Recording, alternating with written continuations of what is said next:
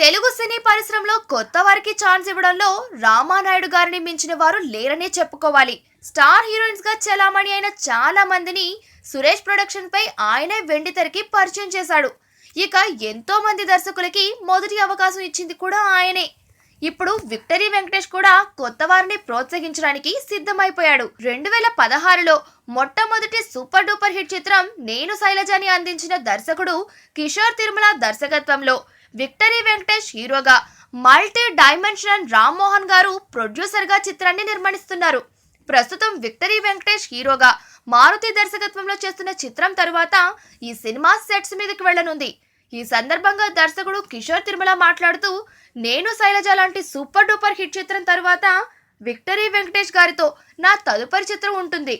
వెంకటేష్ గారికి కథ చెప్పడం జరిగింది. వెంకటేష్ గారికి కథ నచ్చడంతో ప్రస్తుతం స్క్రిప్ట్ వర్క్ లో ఉన్నాను.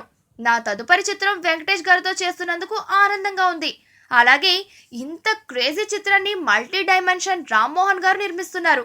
నేను చెప్పిన కథ అందరికీ నచ్చడంతో మిగతా కాస్టింగ్ పనుల్లో బిజీగా ఉన్నాను. ప్రస్తుతం మారుతి డైరెక్షన్ లో వెంకటేష్ గారు చేస్తున్న చిత్రం తరువాత మా చిత్రం సెట్స్ మీదకి వెళుతుంది.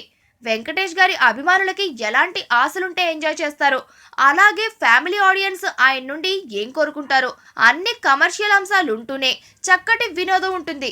ఈ చిత్రంలో చాలా ఇంట్రెస్టింగ్ సెగ్మెంట్స్ ఉంటాయి. ఆ వివరాలు అతి త్వరలో మీకు తెలియజేస్తాము అని తెలిపారు.